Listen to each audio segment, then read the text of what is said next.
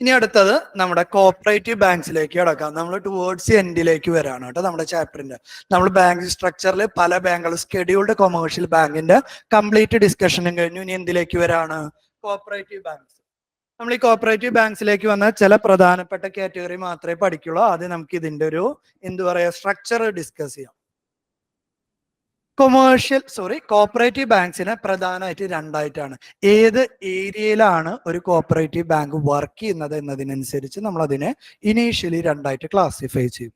If the cooperative banks are working in urban area it is called UCB, urban cooperative bank. If it is working in rural area, it is called rural cooperative bank. Okay അല്ലേ? ഇനി urban cooperative ബാങ്കിനെയും രണ്ടായിട്ട് divide ചെയ്യും. Scheduled and non scheduled. എങ്ങനെയായിരിക്കും ആ പേര് വരാൻ സാധ്യത? Banking regulation ആക്ടില് സെക്കൻഡ് സ്കെഡ്യൂളിൽ വരുന്ന കോപ്പറേറ്റീവ് ബാങ്ക് ആണെങ്കിൽ അതിനെ സ്കെഡ്യൂൾഡ് അർബൻ കോപ്പറേറ്റീവ് ബാങ്ക് എന്നും, സെക്കൻഡ് സ്കെഡ്യൂളിൽ വരാത്തതിനെ non scheduled urban cooperative bank എന്നും പറയും. ഒരു കാര്യം ചോദിച്ചോട്ടെ, ഈ കോപ്പറേറ്റീവ്സ് എന്ന് പറയുന്നത് ഏത് ലിസ്റ്റിൽ വരുന്ന സബ്ജക്റ്റ് ആണ്? നമുക്ക് 3 ലിസ്റ്റുകൾ ഉണ്ട് അല്ലെ? ഏതൊക്കെയാണ്? State list, central list, concurrent list. Cooperatives ഏതിൽ വരുന്ന ആശയമാണ്? സ്റ്റേറ്റ് ലിസ്റ്റിൽ വരുന്ന ആശയമാണ് അല്ലെ?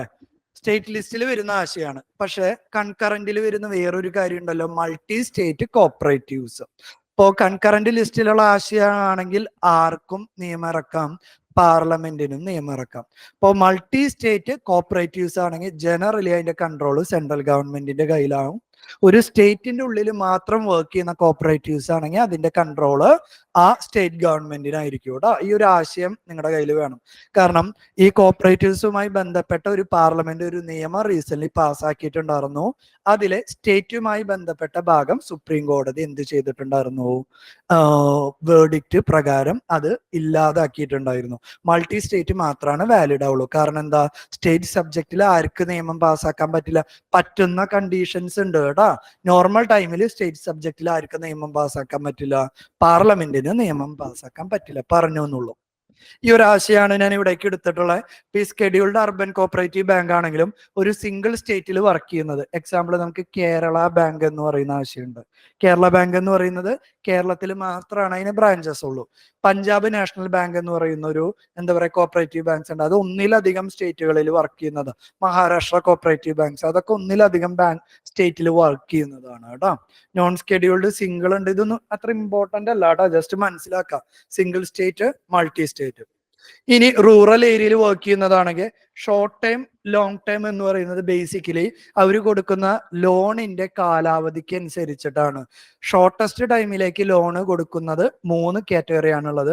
Primary agricultural credit society, district central cooperative bank, state cooperative bank. ഇത് ഞാനൊരു എക്സാമ്പിൾ പറയാലോ ഷോർട്ട് ടൈമിന്. പ്രൈമറി അഗ്രികൾച്ചറൽ ക്രെഡിറ്റ് സൊസൈറ്റി, ഞാൻ അതിന് ചുരുക്കി ഇങ്ങനെ എഴുതട്ടെ, PACS. Primary agricultural credit society ഫാർമേഴ്സിന് ഇപ്പൊ ഏതെങ്കിലും ഒരു സോയിങ് സീസൺ വരാന്ന് വിചാരിക്കുക. സോയിങ് സീസൺസ് 3 ഉണ്ട് എന്ന് നമുക്കറിയാം. ഏതൊക്കെയാ? ഖാരിഫ്, റാബി, സെയ്ദ് അല്ലെ? അപ്പൊ ഈ ഖാരിഫ് സീസണിന് മുന്നേ ഇൻപുട്സ്, ഫെർട്ടിലൈസർ അല്ലെങ്കിൽ സീഡ് ഇതേപോലെയുള്ളതൊക്കെ വാങ്ങാൻ വേണ്ടിയിട്ട് PACS എന്ത് ചെയ്യും? ഫാർമേഴ്സിന് ഒരു ലോൺ കൊടുക്കും. ആ ലോണിന്റെ കാലാവധി എന്ന് പറയുന്നത് എന്തായിരിക്കും? ഖാരിഫ് ക്രോപ്പ് സോ ചെയ്ത് ഹാർവെസ്റ്റ് ചെയ്ത് കിട്ടുന്ന റിട്ടേൺ ഉപയോഗിച്ച് എന്ത് ചെയ്യേണ്ടി വരും? ആ പൈസ തിരിച്ചടക്കേണ്ടി വരും. മേ ബി ഫാർമറിന് വീണ്ടും കാശില് ഏത് സീസണില്? റാബി സീസണില് എഗൈൻ PACS ഒരു ലോൺ കൊടുക്കും. അതിന്റെ ഒക്കെ കാലാവധി എന്ന് പറയുന്നത് എന്താ? ഒരു സോയിങ് സീസൺ അല്ലെങ്കിൽ ഹാർവെസ്റ്റ് സീസൺ എന്താണോ അത്രയും ചെറിയ ടൈം പീരീഡിലേക്കാണ് ലോൺ കൊടുക്കുക. ഇതേപോലെ ചെറിയ ടൈം പീരീഡിലേക്ക് ലോൺ കൊടുക്കുന്ന റൂറൽ കോപ്പറേറ്റീവ് ബാങ്ക്സ് ആണ് state cooperative bank, district central cooperative bank, primary agricultural credit society. ഇനി ഹയർ ഡ്യൂറേഷനിലേക്ക് അല്ലെങ്കിൽ ലോങ്ങർ ഡ്യൂറേഷനിലേക്ക് റൂറൽ ഏരിയയിൽ ലോൺ കൊടുക്കുന്ന കോപ്പറേറ്റീവ് ബാങ്ക്സ് ആണ് state cooperative agriculture and rural development bank, primary cooperative agriculture and rural development bank. വലിയ കഥയൊന്നുമില്ല കേട്ടോ. Important ആയിട്ടുള്ള ആളുകളെ നമുക്ക് ഡിസ്കസ് ചെയ്യാം. ജസ്റ്റ് ഈ സ്ട്രക്ചർ ഒന്ന് നോക്കി മനസ്സിലാക്കാം. ഇതിൽ ഇമ്പോർട്ടന്റ് ആയിട്ടുള്ള കുറച്ച് കാറ്റഗറി ഓഫ് ബാങ്ക്സ് ഉണ്ട്. നബാർഡ്, RRB, അങ്ങനെ കുറച്ച് കാറ്റഗറി ഓഫ് ബാങ്ക്സ് ആണ് ഇമ്പോർട്ടന്റ്. നമുക്ക് അത് മാത്രം ഡിസ്കസ് ചെയ്യാം. ജസ്റ്റ് ഒന്ന് സ്ട്രക്ചർ ഒന്ന് റിയലൈസ് ചെയ്യാം. Then let's go to the different cooperative banks. ഏറ്റവും ആദ്യം നമ്മൾ എന്ത് പറയും? കോപ്പറേറ്റീവ് ബാങ്ക്സിന്റെ റെഗുലേഷൻ എങ്ങനെയാണ് വർക്ക് ചെയ്യുന്നത് എന്നുള്ള ഒരു കൺസെപ്റ്റ് പറയും. മൂവ് ചെയ്യട്ടെ. Cooperative banks. കോപ്പറേറ്റീവ് ബാങ്ക്സിന്റെ ഒരു പ്രത്യേകത എന്ന് പറയുന്നത് ഏകദേശം ഒരു 2015 16 വരെയുള്ള കാലഘട്ടത്തിൽ ഈ കോപ്പറേറ്റീവ് ബാങ്ക്സിന്റെ ഒക്കെ നിയന്ത്രണങ്ങൾ സ്റ്റേറ്റ് ഗവൺമെന്റിന്റെ കീഴിലായിരുന്നു. അപ്പൊ ഈ സ്റ്റേറ്റ് ഗവൺമെന്റിന്റെ കീഴിൽ കോപ്പറേറ്റീവ് ബാങ്ക്സ് ഉള്ളപ്പോൾ ഒരുപാട് മിസ്മാനേജ്മെന്റ് ഓഫ് ഫണ്ട്സ് നടന്നിരുന്നു. മിസ്മാനേജ്മെന്റ് ഓഫ് ഫണ്ട്സ് എന്ന് പറഞ്ഞാൽ നിങ്ങളെപ്പോലുള്ള ഒരുപാട് ആളുകൾ നിങ്ങളിപ്പോ കോപ്പറേറ്റീവ് ബാങ്കിലും ഒരു സ്കെഡ്യൂൾഡ് ബാങ്കിലും പൈസ ഇൻവെസ്റ്റ് ചെയ്ത് കഴിഞ്ഞാലുള്ള ഒരു വ്യത്യാസം നിങ്ങൾക്ക് അറിയാം ചെയ്യുന്നവരാണെങ്കിൽ. കോപ്പറേറ്റീവ് ബാങ്കിൽ you will get very high interest അല്ലെ. നോർമൽ ബാങ്കുകളിൽ ഒരു 7% 8% പലിശ അല്ലെങ്കിൽ ഇൻട്രസ്റ്റ് എങ്കിൽ കോപ്പറേറ്റീവ് ബാങ്ക്സ് നിങ്ങൾക്ക് 10-11% ഹയർ ഇൻട്രസ്റ്റ് തരും. അപ്പൊ പല ആളുകളും അവരുടെ കള്ളപ്പണം അതേപോലെ അൺഅക്കൗണ്ടഡ് മണീസ് ഒക്കെ കീപ്പ് ചെയ്യാൻ ഉപയോഗിക്കുന്ന ഒരു സോഴ്സ് എന്ന് പറയുന്നത് കോപ്പറേറ്റീവ് ബാങ്ക്സ് ആണ്. ഗുജറാത്തിലെ കോപ്പറേറ്റീവ് ബാങ്ക്സിൽ പല പ്രമുഖരുടെയും ഹയർ എമൗണ്ട് ഓഫ് മണി ഉണ്ട്. ഓക്കെ അല്ലേ?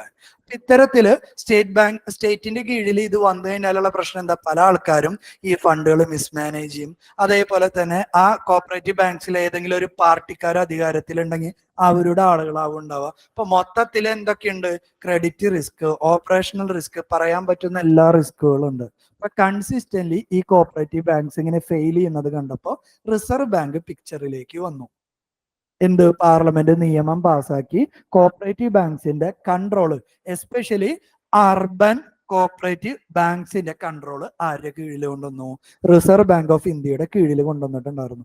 2018-19 ടൈമില് ഒരുപാട് UCB റിസർവ് ബാങ്ക് ഓഫ് ഇന്ത്യയുടെ PCA ഫ്രെയിംവർക്കിന്റെ കീഴിലുണ്ടായിരുന്നു. ഒന്ന് ഇന്റർപ്രറ്റ് ചെയ്ത ഞാൻ പറഞ്ഞ സ്റ്റേറ്റ്മെന്റ്. ഒരുപാട് urban cooperative bank reserve bank of ഇന്ത്യയുടെ PCA ഫ്രെയിംവർക്കിൽ ഉണ്ടായിരുന്നു എന്ന് പറഞ്ഞതിന്റെ മീനിങ് എന്താ? ഒരുപാട് urban cooperative banks consistently fail ചെയ്യാൻ തുടങ്ങിയിട്ടുണ്ടായിരുന്നു. അപ്പൊ അത് തകരാതിരിക്കാൻ വേണ്ടി RBI എന്ത് ചെയ്തു? അതിന്റെ മാനേജ്മെന്റ് ഏറ്റെടുത്ത് വേറെ ആൾക്കാരെ വെച്ച് റീപ്ലേസ് ചെയ്ത് ആ ബാങ്കുകളൊക്കെ പതുക്കെ പ്രോഫിറ്റിലേക്ക് ലീഡ് ചെയ്തിട്ടുണ്ടായിരുന്നു. So it came under RBI. ഒരു ബാക്ക്ഗ്രൗണ്ട് ഓക്കെ ആണോ? പ്രശ്നമില്ലല്ലോ.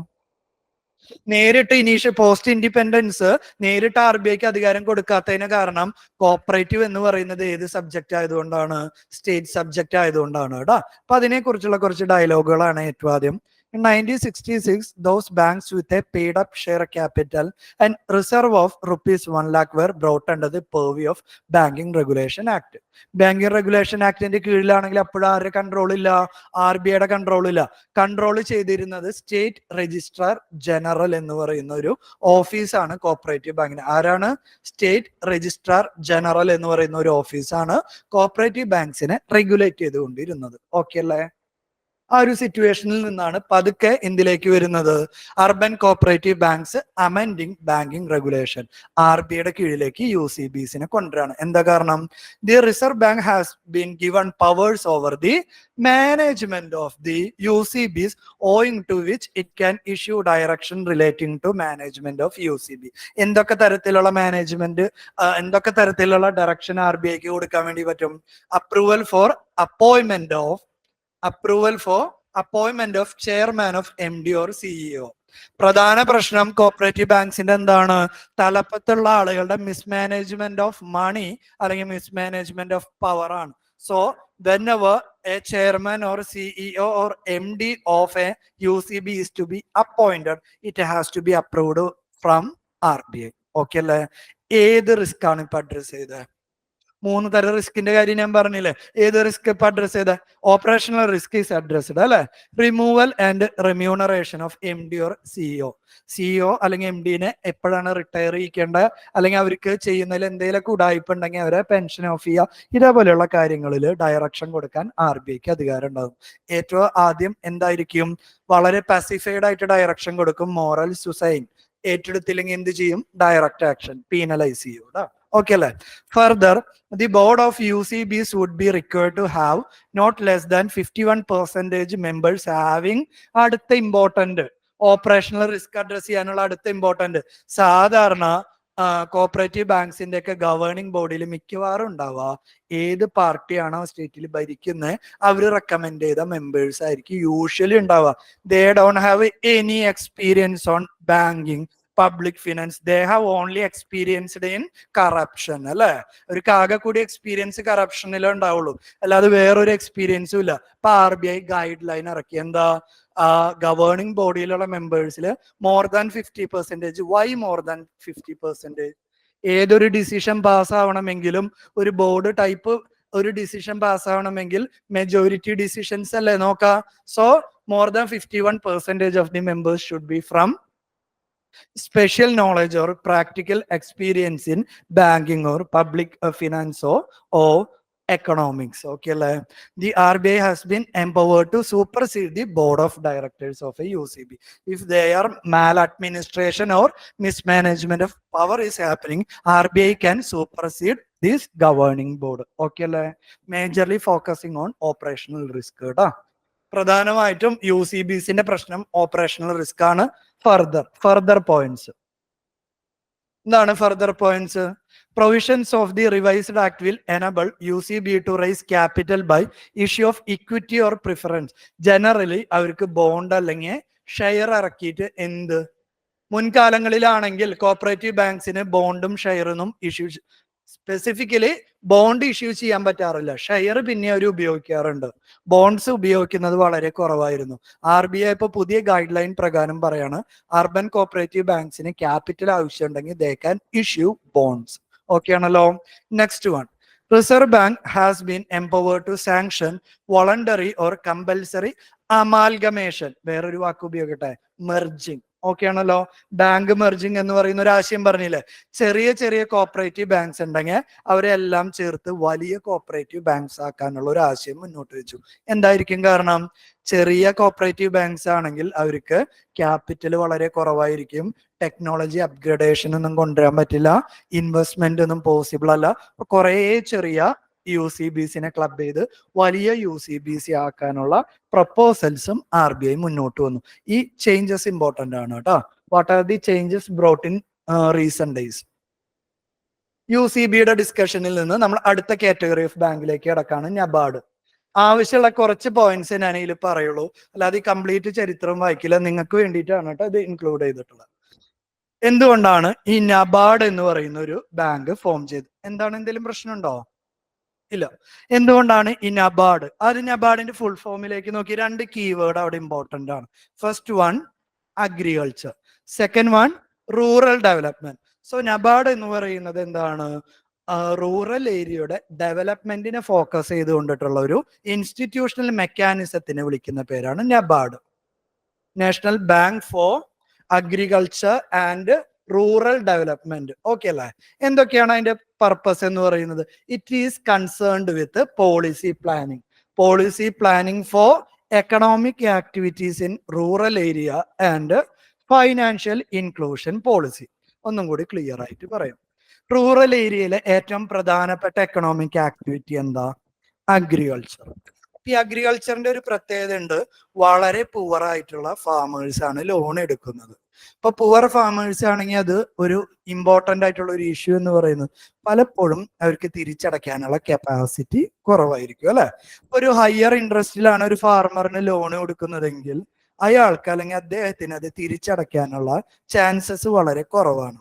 ഈ ഫാർമേഴ്സ് പോലെയുള്ള ആളുകളിലേക്ക് ചെറിയ ഇൻട്രസ്റ്റില് ലോൺസ് അവൈലബിൾ ആക്കുക എന്നതാണ് ആരുടെ പ്രധാന ഉദ്ദേശം? നബാർഡിന്റെ ഉദ്ദേശം. ഓക്കെ അല്ലേ? എന്താണ്? ഓൾറെഡി കവർ ചെയ്യാത്ത മാർജിനൽ സെക്ഷൻസിലേക്ക് കൂടുതൽ ലോൺസ് എത്തിക്കലാണ് നബാർഡിന്റെ ഒന്നാമത്തെ ഉദ്ദേശം. രണ്ടാമത്തെ ആശയം SHG എന്ന് പറയുന്ന ഒരു ആശയം കേട്ടിട്ടുണ്ടോ? നമ്മുടെ നാട്ടിലാണെങ്കിൽ അയൽക്കൂട്ടം അല്ലെങ്കിൽ കുടുംബശ്രീ എന്നൊക്കെ പറയുന്ന ഒരു ആശയമുണ്ട്. Self help groups, majorly woman എംപവർമെന്റിന് വേണ്ടി തുടങ്ങിയിട്ടുള്ള ഒരു പോളിസി അല്ലെങ്കിൽ സ്കീമാണ്. സിമിലർ എക്കണോമിക് സിറ്റുവേഷനിലുള്ള ആളുകൾ ഒരുമിച്ച് ഏതെങ്കിലും ഒരു എക്കണോമിക് ആക്ടിവിറ്റി ചെയ്യുന്നതിന് വിളിക്കുന്ന പേരാണ് SHG. നമ്മുടെ കേസിലാണെങ്കിൽ ഇന്ത്യയിലെ ഏറ്റവും സക്സസ്ഫുൾ ആയിട്ടുള്ള SHG മോഡലാണ് കുടുംബശ്രീ മോഡൽ എന്ന് പറയുന്നത്. എന്താണ്? ഒരുപാട് വുമൺസിന് ജോബ് ട്രെയിനിങ് കിട്ടി, എഡ്യൂക്കേഷൻ കിട്ടി, and their financial literacy improved. ഇപ്പൊ വുമൺ എംപവർമെന്റ് എന്ന് പറയുന്നത് എന്തിലേക്കാണ് ലീഡ് ചെയ്യുന്നത്? ഫൈനാൻഷ്യൽ ഇൻക്ലൂഷൻ എന്ന് പറയുന്ന ഒരു കൺസെപ്റ്റിലേക്കാണ്. അപ്പൊ അടുത്തൊരു പോയിന്റ് ഞാൻ പറയും, കുറെ കാര്യങ്ങൾ പറയുന്നതൊക്കെ മെയിൻസിന് ചോദിക്കുന്നതാണ് കേട്ടോ. Financial inclusion. ഫൈനാൻഷ്യൽ ഇൻക്ലൂഷൻ എന്ന് പറഞ്ഞു കഴിഞ്ഞാൽ നിങ്ങളുടെ കയ്യിൽ പൈസ ഉണ്ടെങ്കിൽ നിങ്ങൾക്കത് ബാങ്കിൽ ഡെപ്പോസിറ്റ് ചെയ്യാനുള്ള ഒരു ഓപ്ഷൻ, നിങ്ങൾക്ക് പൈസ ആവശ്യമുണ്ടെങ്കിൽ നിങ്ങൾക്ക് ഒരു ലോൺ എടുക്കാനുള്ള ഓപ്ഷൻ, ഇതെല്ലാം നിങ്ങളിലേക്ക് ഈസിലി അവൈലബിൾ ആവുന്ന സിറ്റുവേഷനെ വിളിക്കുന്ന പേരാണ് ഫൈനാൻഷ്യൽ ഇൻക്ലൂഷൻ. ഫൈനാൻഷ്യൽ ഇൻക്ലൂഷൻ എന്ന് പറഞ്ഞ ഏറ്റവും മിനിമം മീനിങ് എന്താ? It is an opportunity to get the banking services easier. Banking services easier ആയിട്ട് കിട്ടണമെങ്കിൽ എന്ത് വേണം? നിങ്ങളിപ്പോ ഒരു റൂറൽ ഏരിയയിലാണെങ്കിൽ നിങ്ങൾ അടുത്ത് എന്ത് വേണം? ഒരു ബാങ്ക് വേണം അല്ലെ? ഇപ്പൊ രണ്ടാമത്തെ നബാർഡിന്റെ ഉദ്ദേശം എന്താ? റൂറൽ ഏരിയാസിലൊക്കെ ബാങ്കിന്റെ ബ്രാഞ്ചസ് എക്സ്പാൻഡ് ചെയ്യണം. റൂറൽ ഏരിയാസിലേക്ക് എന്ത് എക്സ്പാൻഡ് ചെയ്യണം? ബാങ്കുകളുടെ ബ്രാഞ്ചസ് എക്സ്പാൻഡ് ചെയ്യണം. ഓക്കെ ആണല്ലോ? അപ്പൊ ഈ റൂറൽ ഏരിയാസിലേക്ക് ബാങ്കുകളുടെ ബ്രാഞ്ചസ് എക്സ്പാൻഡ് ചെയ്യാനാണ് നബാർഡ് ഒരു ആശയം മുന്നോട്ട് വെച്ചിട്ടുള്ളത്, which is called RRB, regional rural bank. RRB. ഇപ്പൊ റീജിയണൽ റൂറൽ ബാങ്ക് ആണെങ്കിൽ ടെക്നിക്കലി അതിന്റെ സൂപ്പർവിഷൻ ആരുടെ കയ്യിലാ? RBIയുടെ കയ്യിലാ. പക്ഷെ RBI ആ സൂപ്പർവിഷന്റെ അധികാരം ആർക്ക് ഏൽപ്പിച്ചു കൊടുത്തിട്ടുണ്ട്? നബാർഡിനെ ഏൽപ്പിച്ചു കൊടുത്തിട്ടുണ്ട്. ഈ നബാർഡാണ് എന്ത് ചെക്ക് ചെയ്യുക? റൂറൽ ഏരിയയിലുള്ള ബാങ്കുകള് PSL മീറ്റ് ചെയ്യുന്നുണ്ടോന്ന്. എന്താ PSL പറയും? പ്രിയോറിറ്റി സെക്ടർ ലെൻഡിങ് മീറ്റ് ചെയ്യുന്നുണ്ടോ? അത്തരത്തിലുള്ള സൂപ്പർവൈസറി ഗൈഡ് ലൈൻസ് ഒക്കെ ചെക്ക് ചെയ്യുന്നത് ആരാണ്? നബാർഡാണ്. അപ്പൊ മൊത്തത്തിൽ ഡിസ്കഷൻ ചെയ്യുന്ന എന്തൊക്കെ മനസ്സിലായി നബാർഡിനെ കുറിച്ച്? നബാർഡ് സ്പെസിഫിക്കലി റൂറൽ ഏരിയയുടെ ഡെവലപ്മെന്റിന് വേണ്ടിയുള്ള ഒരു ബാങ്കിങ് ഇൻസ്റ്റിറ്റ്യൂഷൻ ആണ്. നബാർഡ് ആരുടെ കീഴിലാണ്? RBIയുടെ കീഴിലാണ്. അപ്പോ നബാർഡിന്റെ ബേസിക് ഫംഗ്ഷൻ എന്ന് പറയുന്നത് എന്താ? റൂറൽ ഏരിയയിലെ എക്കണോമിക് ആക്ടിവിറ്റിക്ക് ചീപ്പർ ലോൺസ് അവൈലബിൾ ആക്കുക. ചീപ്പർ ലോൺ എന്ന് പറഞ്ഞാൽ എന്താ? ലോവർ ഇൻട്രസ്റ്റ് റേറ്റില് ലോൺസ് അവൈലബിൾ ആക്കലാണ് നബാർഡിന്റെ പ്രധാന ഉദ്ദേശം. ഈ നബാർഡിന്റെ കീഴിൽ വരുന്ന ഇൻസ്റ്റിറ്റ്യൂഷൻസ് ആണ് എന്ത്? RRB, regional rural bank. നബാർഡാണ് RRBയുടെ എന്ത് സൂപ്പർവൈസറി മെക്കാനിസം അല്ലെങ്കിൽ റെഗുലേഷൻ കണ്ടക്ട് ചെയ്യുന്നത്. ഓക്കെ ആണോ? ഇത്രയും കാര്യങ്ങൾ ഓക്കെ അല്ലേ? ഇതാണ് നബാർഡിനെ കുറിച്ച് അറിയാനുള്ളത്. ബാക്കിയൊന്നും നിങ്ങൾ ജസ്റ്റ് വായിക്കാം കേട്ടോ. ഈ നബാർഡ് ഇത് ഇങ്ങനെ ഒരു ഫണ്ട് കണ്ടക്ട് ചെയ്യുന്നതിനെ കുറിച്ച് ഞാൻ ഓൾറെഡി പറഞ്ഞല്ലോ. Rural infrastructure development fund. ഓർക്കുന്നു എന്താന്ന്? ഏതേലും ബാങ്കുകള് PSL എത്രയും മക്കളെ? സ്കെഡ്യൂൾഡ് കൊമേഴ്ഷ്യൽ ബാങ്കിന് ടോട്ടൽ കൊടുക്കുന്ന ലോണിന്റെ 40% PSL ആവണം. ഏതേലും ബാങ്കുകൾ PSL മീറ്റ് ചെയ്തില്ലെങ്കിൽ ബാക്കി പൈസ എന്തിൽ ഇൻവെസ്റ്റ് ചെയ്യണം എന്ന് പറഞ്ഞ? നബാർഡിന്റെ RIDF എന്ന് പറയുന്ന ഫണ്ടിൽ ഇൻവെസ്റ്റ് ചെയ്യണം എന്ന് പറഞ്ഞിട്ടുണ്ട്. ആ rural infrastructure development fund run ചെയ്യുന്നത് നബാർഡാണ്. ഇത്രയും പോയിന്റ്സ് ഓക്കെ അല്ലേ?